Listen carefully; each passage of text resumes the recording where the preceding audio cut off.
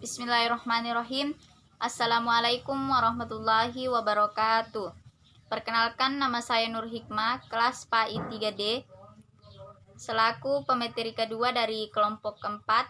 Langsung saja saya akan menjelaskan tentang ciri khas perilaku belajar. Yang pertama yaitu terjadi perubahan secara sadar. Ini berarti bahwa seseorang yang belajar akan menyadari terjadinya perubahan itu, atau sekurang-kurangnya ia merasakan telah terjadi adanya suatu perubahan dalam dirinya. Kita lanjut, yang kedua yaitu perubahan dalam belajar bersifat kontinu dan fungsional. Sebagai hasil belajar, perubahan yang terjadi dalam diri seseorang berlangsung secara berkesinambungan, tidak statis. Satu perubahan yang terjadi akan menyebabkan perubahan berikutnya dan akan berguna bagi kehidupan ataupun proses belajar berikutnya. Ciri khas perilaku belajar yang ketiga yaitu perubahan dalam belajar bersifat positif dan aktif.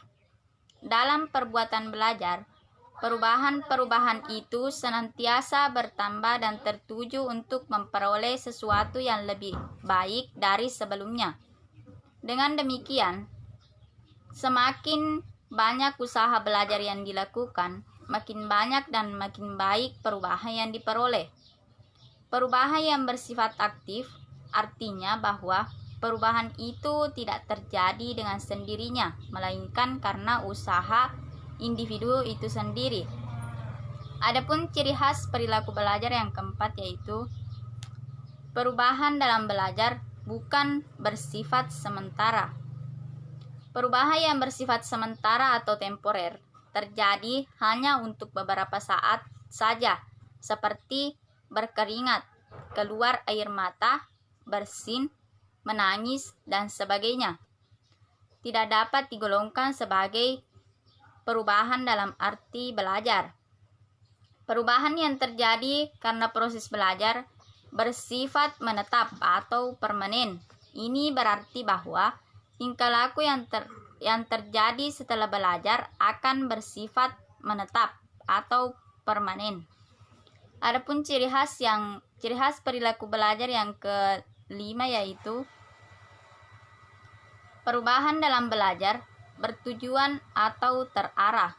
Ini berarti bahwa perubahan tingkah laku itu terjadi karena ada tujuan yang akan dicapai.